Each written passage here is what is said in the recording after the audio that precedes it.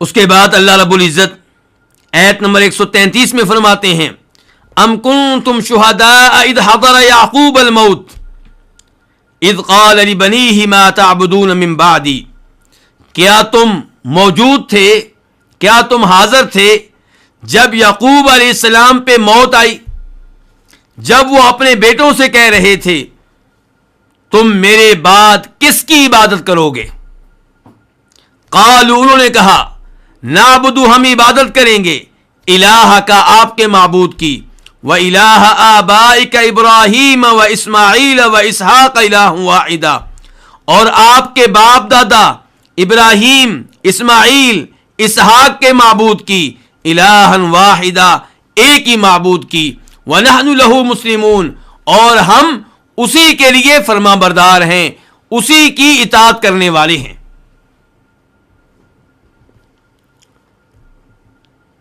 ام کنتم شہداء، کیا تم موجود تھے؟ شہداء کس کی جمع ہے؟ شہید کی جمع ہے، شاہد کی جمع ہے، کہ کیا تم موجود تھے؟ کب؟ جب یعقوب علیہ السلام پہ موت طاری ہوئی، حاضر ہوئی، کیا حاضر ہوئی؟ الموت، موت، کس پہ؟ یعقوب علیہ السلام پہ، تو الموت فاعل ہے، یعقوب کیا ہے؟ مفعول بہ۔ اس سے کیا پتا چلا کہ انبیاء کرام علیہم الصلوۃ والسلام پہ بھی موت طاری ہوتی رہی، اور اس سے پتا چلا کہ مرنا کوئی توہین نہیں ہے، گستاخی نہیں ہے۔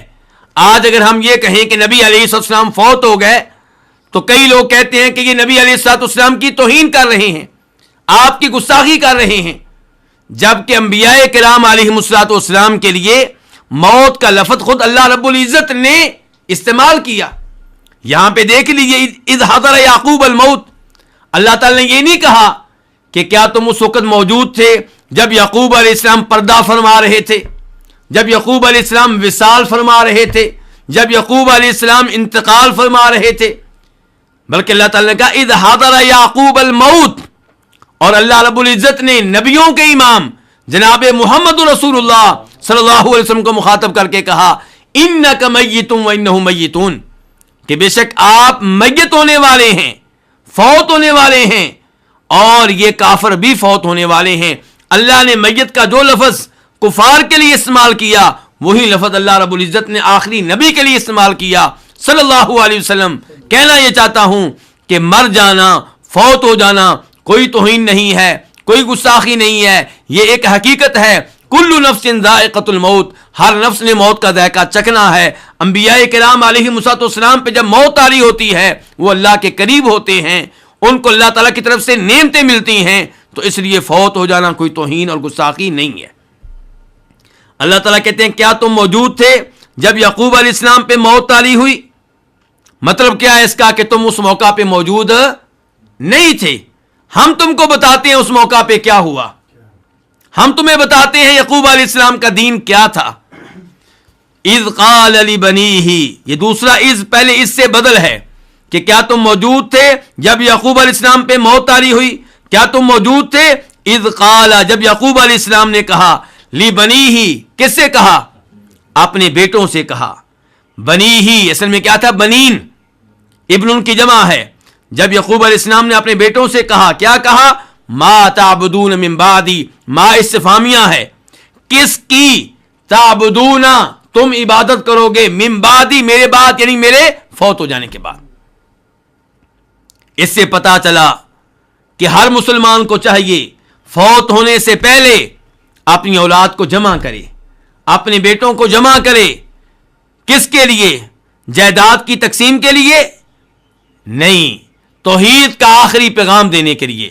پوری زندگی اولاد کی تربیت توحید کے مطابق کرے، شریعت کے مطابق کرے، اور مرنے سے پہلے خصوصی طور پہ اولاد کو وصیت کرے، نصیحت کرے کہ تم نے توحید پہ قائم و دائم رہنا ہے، شرک کے قریب نہیں جانا، مشرکین سے بچ کر رہنا ہے، اور نمازیں قائم کرنی ہیں، اور کبیرہ گناہوں سے دور رہنا ہے۔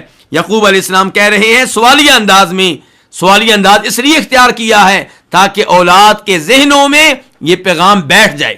کہا ما تعبدون من بعدی، میرے بعد تم کس کی عبادت کرو گے؟ اور یہاں سے توحید کی اہمیت کا پتہ چل رہا ہے۔ قالوا، انہوں نے کہا، کنہوں نے کہا؟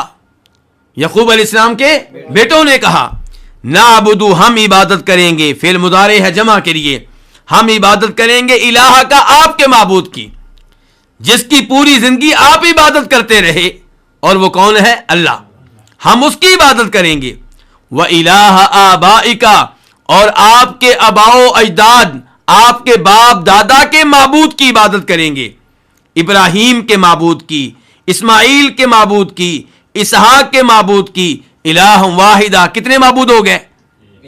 معبود ایک ہی ہے، جو معبود یعقوب علیہ السلام کا ہے وہی معبود ابراہیم کا ہے، جو معبود ابراہیم کا ہے وہی اسماعیل اور اسحاق کا ہے، یعنی کہ اللہ رب العزت۔ یہاں پہ ایک سوال پیدا ہوتا ہے کہ ابراہیم علیہ السلام کا یعقوب علیہ السلام سے کیا تعلق ہے؟ ابراہیم علیہ السلام یعقوب علیہ السلام کے کیا لگتے ہیں؟ دادا، اور اسماعیل علیہ السلام ان کے کیا لگتے ہیں؟ چچا، اور اسحاق علیہ السلام ان کے کیا لگتے ہیں؟ والد۔ تو اللہ رب العزت نے باپ کا لفظ ابراہیم پہ بھی استعمال کیا، اسماعیل پہ بھی، اسحاق پہ بھی علیہم الصلاۃ والسلام۔ تو دادا یقیناً باپ ہوتا ہے، لیکن مسئلہ ہے اسماعیل علیہ السلام کا، یہ یعقوب علیہ السلام کے باپ کیسے ہو گیا جبکہ یہ تو چچا ہیں؟ تو یعقوب علیہ السلام کے بیٹوں نے یعقوب علیہ السلام سے کیسے کہہ دیا کہ ہم آپ کے باپ دادا کے معبود کی عبادت کریں گے، اور وہ کون ہے؟ ابراہیم اور اسماعیل اور اسحاق علیہم الصلاۃ والسلام۔ تو اس سوال کا جواب یہ ہے کہ اسماعیل علیہ السلام آپ کے چچا ہیں، اور خود ہمارے نبی علیہ السلام نے فرمایا ہے کہ العم بمنزلۃ الاب، کہ چچا باپ کے مقام و مرتبہ پہ ہوتا ہے۔ تو اس لیے اسماعیل علیہ السلام باپ کا مقام و مرتبہ رکھتے ہیں، تو وہ بھی آباء و اجداد میں شامل ہوئے۔ وَنَحْنُ لَهُ مُسْلِمُونَ اور ہم اسی کے لیے مخلص ہیں۔ کس کے لیے؟ اللہ تعالیٰ کے لیے۔ ہم اسی کی اطاعت کرنے والے ہیں، اسی کی فرما برداری کرنے والے ہیں، یعنی کہ کسی اور کی نہیں کریں گے۔